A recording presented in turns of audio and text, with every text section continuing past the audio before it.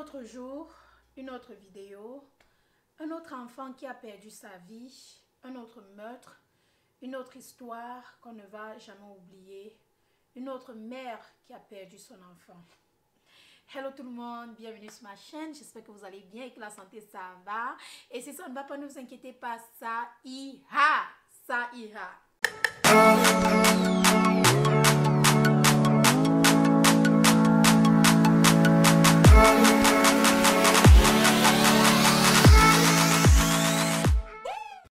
C'est juste une histoire qu'on ne va jamais oublier, c'est triste.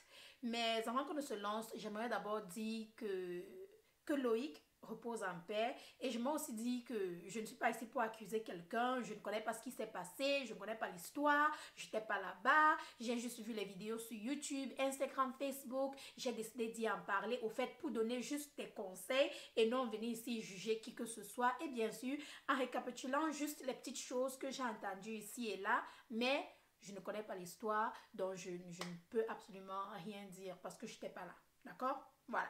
Je sais que les gens, les fans, je ne sais pas qu'on vienne ici me laver. Comme je vous ai dit dès le départ, je ne connais pas trop de cette histoire. Je sais seulement qu'il y a des gars du 10e arrondissement et du 15e arrondissement qui ont voulu se rendre des comptes. Et bien sûr, le jeune garçon de Loïc qui n'a rien à voir des groupes ou des gangs ou des gangs ou de quoi que ce soit. C'est juste rendu, était juste au mauvais endroit au mauvais moment. Et bien sûr, on a pensé qu'il faisait partie peut-être d'un certain groupe. Et il est devenu la victime. Mais la chose que je veux au fait parler aujourd'hui, c'est la manière dont cet enfant a été tué. Non seulement ça, hein? Non seulement ça, les petites choses qui ne se rajoutent pas. On dit que, puisque nous n'étions pas là-bas, son nez a été coupé. Son pénis a été coupé. Il a été poignardé plusieurs fois. Et au-dessus de ça, il a été roulé dessus. Vous savez pas combien de personnes? Pas 15 personnes. 15 personnes. C'est pas un film, hein? C'est la réalité. Imaginez-vous, un être humain, un enfant. Apparemment, il vivait dans le bâtiment où il a même été tué. On dit que il a été sorti de la maison quelques semaines avant son meurtre. Donc, il dormait toujours dans le bâtiment, apparemment sous les garages, je ne sais pas. Il s'est juste retrouvé à un endroit au mauvais moment. On a pensé qu'il était il faisait partie d'un groupe. Et voilà comment le bébé d'autrui, l'enfant d'autrui, l'innocent d'autrui, sa vie a été arrachée aussi jeune. Aussi jeune. Mais au fait, l'histoire n'est pas pimentée à cause du meurtre de l'enfant.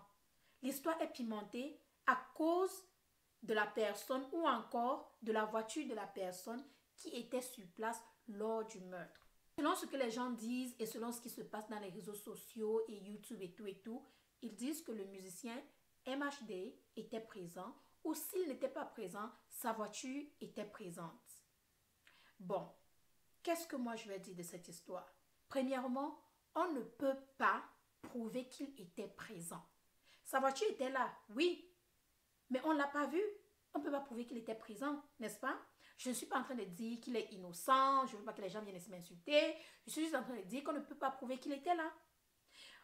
On dit que quelques jours plus tard, il a reporté que sa voiture a été volée et quand on a retrouvé la voiture, elle a été brûlée.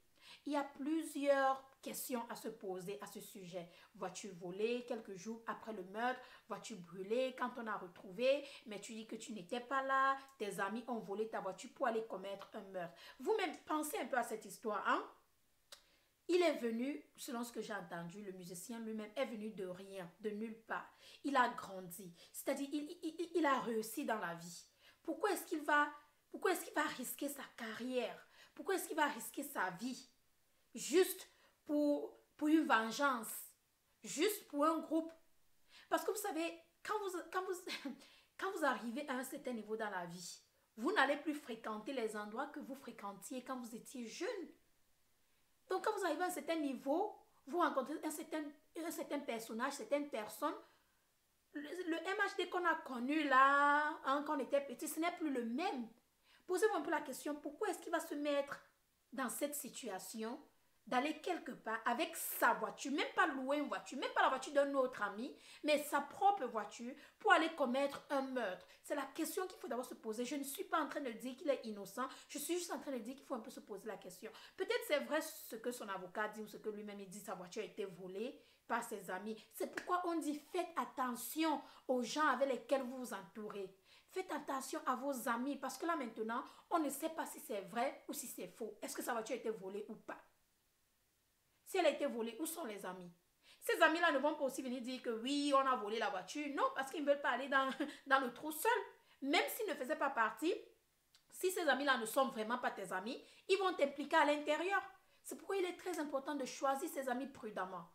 Parce que si ton ami sait d'où tu viens, il sait que tu as souffert et tu as finalement réussi, il ne va pas oser voler ta voiture pour aller commettre un meurtre, sachant que ça peut te mettre dans le pétrin parce que ça peut finir ta carrière. Là maintenant, si on le trouve, si la justice française le condamne coupable, il a au moins 30 ans de prison.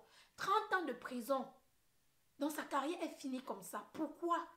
Parce que sa voiture était quelque part et on ne sait même pas s'il était là ou pas. Oublions même un peu le groupe de 10e arrondissement, le groupe de 15e arrondissement.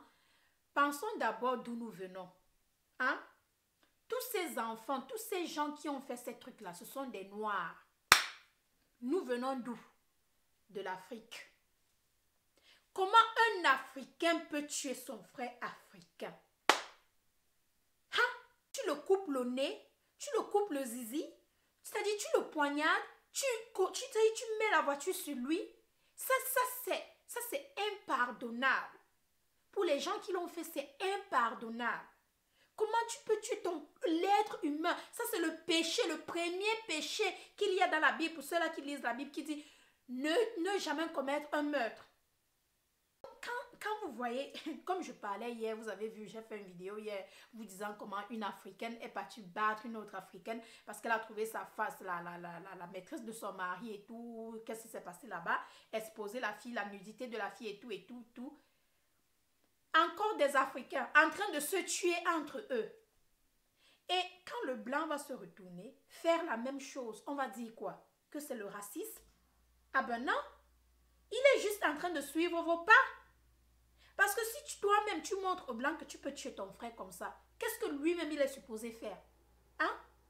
Parce que si c'est un blanc qui faisait ça, on allait dire racisme, il est raciste, il ne veut pas voir les noirs en France, il ne veut pas ci, il ne veut pas ça. Ah, c'est le noir lui-même qui l'a fait. Il a coupé le nez de son propre frère, coupé le zizi, poignardé 1001 fois et conduit au-dessus de lui. Imaginez, c'est-à-dire, même entendre cela dans mes oreilles me donne la chair de poule. L'enfant de quelqu'un. 15 personnes sur toi. Pas une, pas deux. 15. Oh! Prenons soin de nos enfants. J'espère vraiment que l'histoire de Loïc va pousser beaucoup de parents à donner des chances à leurs enfants. À essayer de garder leurs enfants à la maison au lieu de les foutre à la porte. Tout simplement parce qu'ils n'ont pas un job, parce qu'ils n'ont pas quelque chose à faire. Peut-être les aider à trouver un job, les positionner quelque part. Peut-être les envoyer dans une autre ville où ils savent que c'est moins dangereux. Je ne sais pas. Peut-être ça va juste pousser les parents à réagir et à faire des choses différemment pour leurs enfants. Que cet enfant ait 18 ans, 20 ans, 23 ans, 25 ans, c'est ton enfant. Rappelle-toi un peu du jour où il est né. Quand il est sorti de toi, comment tu l'as attrapé dans tes bras, les années que tu as passées à l'aimer, à l'envoyer à l'école.